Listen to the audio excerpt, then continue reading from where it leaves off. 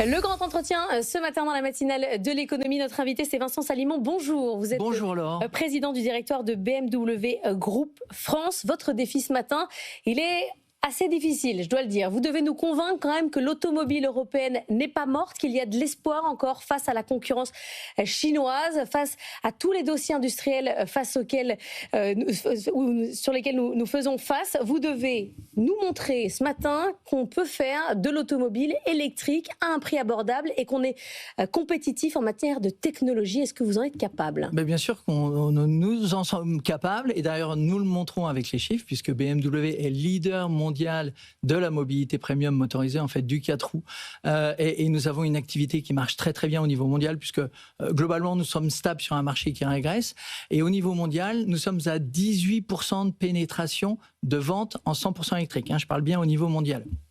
Et quand on regarde les chiffres France, c'est pareil, BMW est leader du marché. Nous avons atteint un record historique l'année dernière sur un marché qui est quand même en crise, un marché automobile, record historique. Nous avons également un constructeur premium n'a jamais immatriculé proportionnellement par rapport au marché autant de voitures que nous l'année dernière, et nous sommes à 25% de vente de véhicules électriques en France, donc je dis bien 25% de vente de véhicules 100% électriques et 48% de vente de véhicules électrifiés, c'est-à-dire avec l'hybride rechargeable.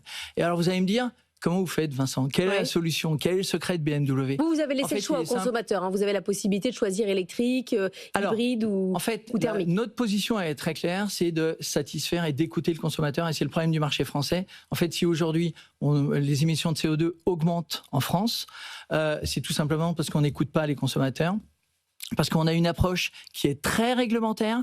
Nous sommes quand même dans une industrie où il y a eu plus de 20 changements de réglementation sur les 5 dernières années. Donc le secret de BMW, en fait, il est très simple, c'est 3 points. Le premier point, c'est l'offre produit. Dans notre gamme, 90% des véhicules sont proposés en version 100% électrique. Donc le client a le choix.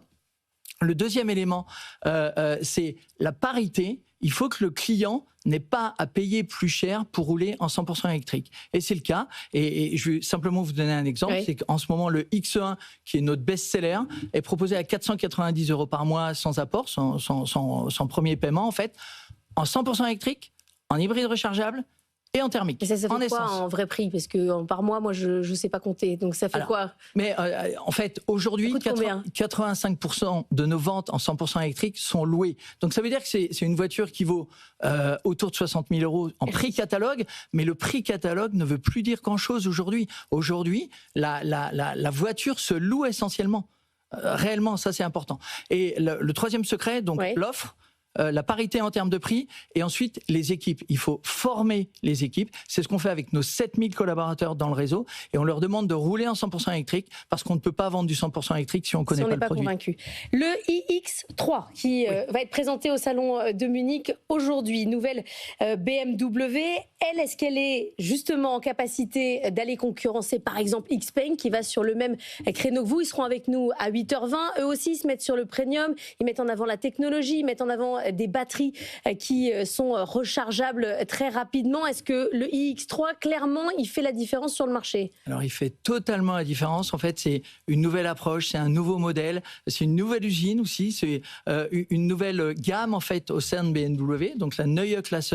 Ça va être 6 modèles lancés en 2 ans.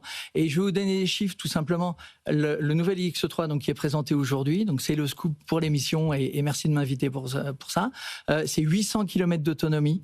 C'est 350 km de recharge en 10 minutes, et c'est un tiers de matière secondaire dans le véhicule. Donc ça veut dire quoi ? Ça veut dire que ça répond. Matière secondaire, c'est des matières recyclées. Oui, des matières recyclées, voilà. Parce que, en fait, si on veut décarboner le parc, il faut renouveler le parc. Il faut savoir qu'une voiture aujourd'hui, même une voiture thermique, émet 25% de CO2 de moins qu'une voiture thermique d'il y a 10 ans. Donc il faut renouveler le parc, et un parc à 1 600 000 voitures aujourd'hui, c'est pas suffisant en France. Il faut qu'on revienne à 2 millions de voitures. En revanche, il faut protéger la planète, on est tous d'accord là-dessus. Donc il faut essayer de limiter l'utilisation de la matière première et développer au maximum l'utilisation du recyclage, donc l'utilisation de la matière secondaire. Et c'est ce qu'on fait avec notamment Neue Klasse, c'est ce qu'on faisait déjà avec BMW, puisque une série 5 aujourd'hui, c'est 22% de matière secondaire. Avec le iX3 qu'on présente aujourd'hui, c'est un tiers de matière secondaire, et c'est aussi une nouvelle usine, une usine à Debrecen, en Hongrie, qui n'utilise pas d'énergie fossile. Donc on travaille aussi sur la totalité du cycle de vie, l'empreinte carbone de la totalité du cycle de vie, pour faire en sorte que la mobilité soit la plus responsable possible. Vous allez me dire que je suis obsédée par les prix catalogues. La iX3, elle est proposée à combien? Alors, la iX3 est proposée à plus de 70 000 euros. Ouais. Et encore une fois, vous allez dire que je suis omnubilé par les loyers. Elle est proposée à 740 euros par mois. Et en fait, c'est ça qu'il faut regarder. Quel est le coût de détention de la mobilité? Sur la question de la concurrence chinoise, comment vous voyez les XPeng, les BYD arriver sur le marché? Est-ce que vous êtes plutôt de ceux qui disent il faut attention protéger les industries européennes en mettant en place des barrières douanières ou des quotas de véhicules qui arriveraient? Ou vous êtes plutôt du côté Jean Pisani-Ferry en disant ouvrons le marché, permettons aux Chinois de venir, ce qui importe c'est la décarbonation des villes? Alors je suis vraiment du côté de l'ouverture du marché en fait. On voit que la fermeture des marchés, en fait, qu'est-ce qui paye? C'est le consommateur, parce qu'il y a moins d'innovation, parce que c'est l'inflation, parce que c'est l'augmentation des coûts. Et on l'a vu avec le Brexit, hein, on se renferme automatiquement, c'est négatif pour l'intérieur. Donc il faut vraiment ouvrir le marché, parce que c'est ça qui permet d'innover. Et concernant les concurrents, et c'est pas que les concurrents chinois, vous savez, ça fait 30 ans que je suis dans l'automobile, et quand j'ai commencé il y a 30 ans, on nous disait attention, il y a les Japonais qui sont en train d'arriver, il faut mettre des quotas. À l'époque, BMW vendait 25 000 voitures en France. Ensuite, il y a 20 ans, c'est les Coréens qui arrivaient. On disait attention, les Coréens arrivent, il faut mettre des quotas. À l'époque, BMW vendait moins de 40 000 voitures par an. Et maintenant, on nous parle des Chinois. L'année dernière, BMW a vendu 67 000 voitures en France. Donc, vous voyez, plus il y a de concurrence et plus on vend de voitures. Donc, vous dites laissez-les venir. Donc, il faut ouvrir. Effectivement, il faut ouvrir. Il faut laisser la technologie, laisser le service client, laisser l'offre faire la différence. Et vous verrez que les meilleurs vaincront. Et en l'occurrence, le BMW Group fait partie des meilleurs constructeurs. BMW a mis en place, vous en parliez, 2 usines différenciées. C'est-à-dire désormais, on travaille l'électrique d'un côté, on travaille le thermique de l'autre. C'est toute une gamme de véhicules qui vont sortir. Il y en a 6, je crois, qui vont sortir. 6. Alors, pour Neue Klasse, donc pour cette nouvelle plateforme, c'est 6 modèles en 24 mois exactement. Et c'est comme ça qu'il faut travailler, avec des usines séparées, des visions séparées? Absolument pas, en fait. Pour cette plateforme, effectivement, nous n'avons pas de plan de licenciement. Au contraire, nous embauchons et nous créons des nouvelles usines.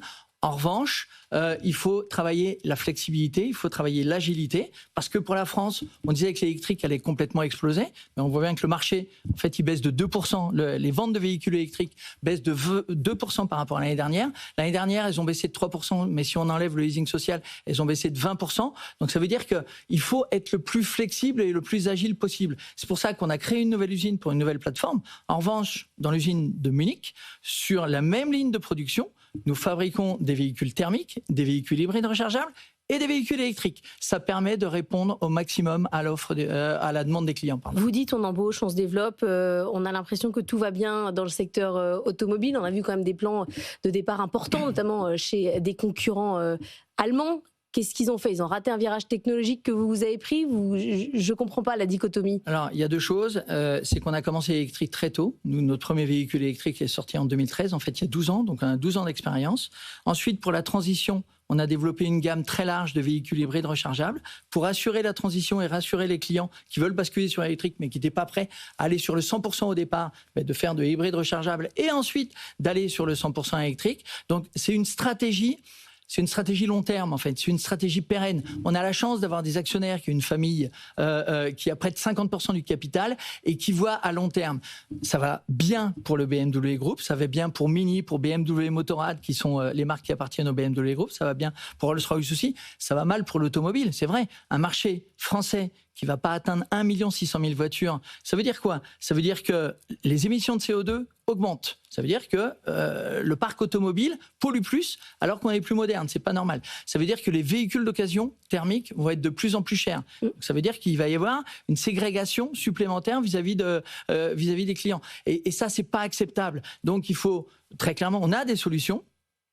Vous aviez une question? Non, mais j'ai la On a suite. des solutions. Je vous Les écoute. solutions, je vais vous donner des exemples. C'est un moratoire sur les taxes. En fait, les taxes, on n'arrête pas de changer les Donc, taxes. moratoire sur les taxes, ne pas changer la législation. Et sur 2035, sur la fin du terme, on touche pas? Alors, nous, notre position, c'est de laisser le choix aux consommateurs, parce qu'au final, et on le voit bien avec le plafond de verre des 18% de véhicules 100% électriques en France, c'est le consommateur qui décide.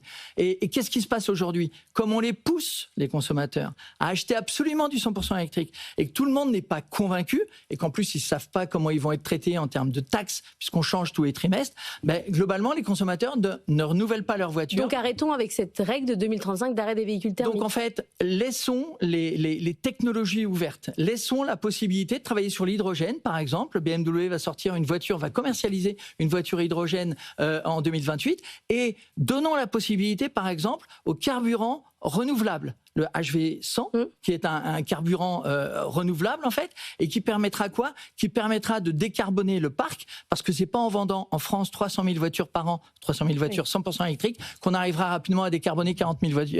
Il nous reste 30 secondes. Xpeng avec nous dans 20 minutes. Qu'est-ce que vous avez à leur dire? Moi, je leur souhaite bonne chance. Je leur souhaite la bienvenue sur le marché français. Et en l'occurrence, ce qui doit faire la différence, c'est le produit, c'est la technologie. Et un élément très important, c'est le service client, parce qu'on n'en parle pas souvent. Mais être proche des clients, c'est quelque chose d'important. Et pour ça, c'est vrai que les marques historiques, et notamment le BMW, il faut des concessionnaires très proches des clients.